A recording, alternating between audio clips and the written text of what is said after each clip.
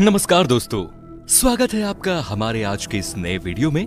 दोस्तों, पिछले कुछ दिनों से जो हालात हो गए हैं इंडिया और नेपाल के, वैसा आज से पहले कभी देखने को नहीं मिला।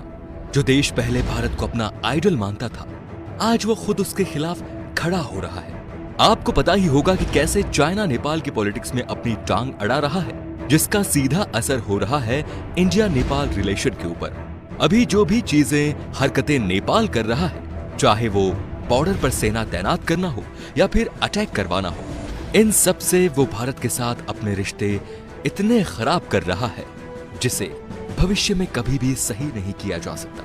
अभी हाल ही में जो नेपाल और बिहार का बॉर्डर है, वहां फ्लड से बचने के लिए जो काम किया जाता है, इस काम को नेपाल रोक रहा है, जिसकी शिकायत वहां के वाटर रिसोर्स मिनिस्ट्री से की गई और अब उनका कहना है कि वो ये बात केंद्र सरकार तक पहुंचाएंगे और ये मुद्दा उठाने को कहेंगे नेपाल के खिलाफ। तो दोस्तों, अब ये क्या बात है, आइए जानते हैं इसके तह तक।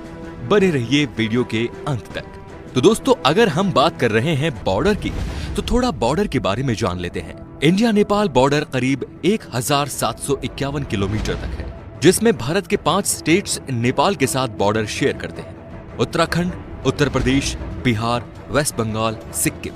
आप इस मैप को देखिए, इसमें सबसे ज्यादा बॉर्डर शेयर करता है उत्तर प्रदेश और सबसे कम वेस्ट बंगाल। तो दोस्तों, अब हमें पता है कि नेपाल से होकर बहुत सारी छोटी छोटी नदियां आती हैं, लेकिन उनमें से जो 3 मेजर है वो है कर्णाली, कोसी और गंडक। अब हम आपको जो मैप दिखा रहे हैं, उससे आप समझ जाएंगे कि कौन सी नदी किस क्षेत्र में बहती है।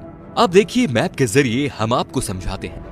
कर्णाली नदी, जो कि तिब्बत से शुरू होकर इंडिया में उत्तर प्रदेश के जरिए आती है, जिसका दूसरा नाम है घाघरा, और एक और नदी गंडक, जो कि तिब्बत से ही शुरू होती है, लेकिन वो नेपाल के रास्ते से बिहार में घुसती है। साथ ही कोसी भी इंडिया में बिहार के रास्ते से ही आती है। तो हमने देखा कि 2 बड़ी नदियां बिहार में आके खुलती हैं, जिसकी वजह से ये कई बार बाढ़ का कारण भी बनती है, क्योंकि बॉर्डर पर इनके बहाव को रोकने का कोई तरीका नहीं है। इतने सालों में नेपाल ने कभी कोई डैम नहीं बनाया इनके बहाव को रोकने के लिए। पर यहाँ गलती भारत की भी है, क्योंकि उसने कभी भी उतनी फंडिंग नहीं दी डैम के लिए। पर पिछले कुछ सालों में इस नदी को रोकने का तरीका ये बनाया गया, उनके ऊपर बैरेज बना दिए गए। अब बैरेज दिखता तो ब्रिज के जैसा है, पर काम उसका होता है डैम की तरह, पानी के तेज बहाव को रोकना। तो अब जब सब कुछ ठीक था, तो दिक्कत क्या हुई? तो देखिए, असल में इस बैरेज के 18 गेट नेपाल के अंडर में आते हैं और बाकी के भारत में। तो कभी भी कुछ रिपेयर वर्क करना होता था तो इंडिया अपने इंजीनियर्स भेजते थे नेपाल, और वो सही कर देते थे, जिससे कि बाढ़ का कोई खतरा नहीं रहता था। क्योंकि गंडक नदी के पास में वाल्मीकि नगर बसा है।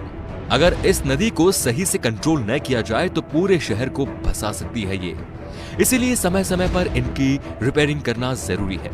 अब इस पर नेपाल ने इंडिया के इंजीनियर्स को अपने बॉर्डर के अंदर घुसने से मना कर दिया और खुद भी इस बैरेज को रिपेयर नहीं करवा रहा है। और इतना ही नहीं, अभी चंपारण जिले के पास भी लाल बकैया नदी है, जो कि एक एम्बैंकमेंट है। इसके भी रिपेयर वर्क को नेपाल रोक रहा है और यहाँ भी इंडियन इंजीनियर्स को घुसने नहीं दे रहा। अब यहाँ बिहार के वाटर रिसोर्स मिनिस्टर का ये कहना है कि उन्हें कभी ऐसी दिक्कत नहीं देखनी पड़ी थी, और अगर इनका रिपेयर वर्क सही से नहीं हुआ तो आधा बिहार बाढ़ में डूब जाएगा, जिससे सभी का नुकसान होगा। अब ऐसे में नेपाल का क्या रिएक्शन है, ये देखना है। हो सकता है ये मामला एक्सटर्नल अफेयर्स तक जाए और वो अलाउ करे रिपेयर वर्क को, पर उससे पहले देखना है कि नेपाल को इस पर क्या कहना है। साथ ही अभी जो इंडिया चाइना फेस ऑफ हुआ गालवान वैली में, उसके बाद से नेपाल ने भी सरहद पर अपनी सेना को तैनात कर दिया है।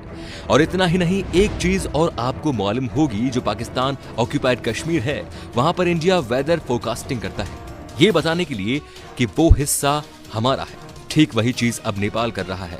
उसने कहा है कि वो उत्तराखंड के लिपुलेख, कालापानी और लिम्पियाधुरा में अपने FM चैनल्स की फोरकास्टिंग करेगा।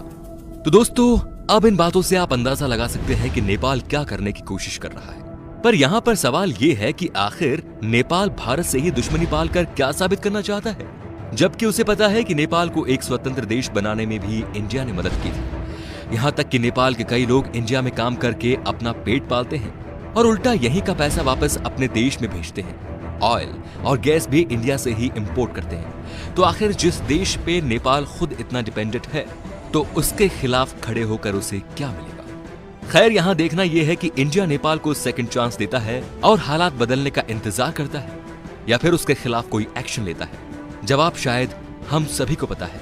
तो बताइए कमेंट सेक्शन में आप क्या सोचते हैं इसके बारे में, और वीडियो को शेयर जरूर कीजिए। चलते हैं, ख्याल रखिए अपना। धन्यवाद।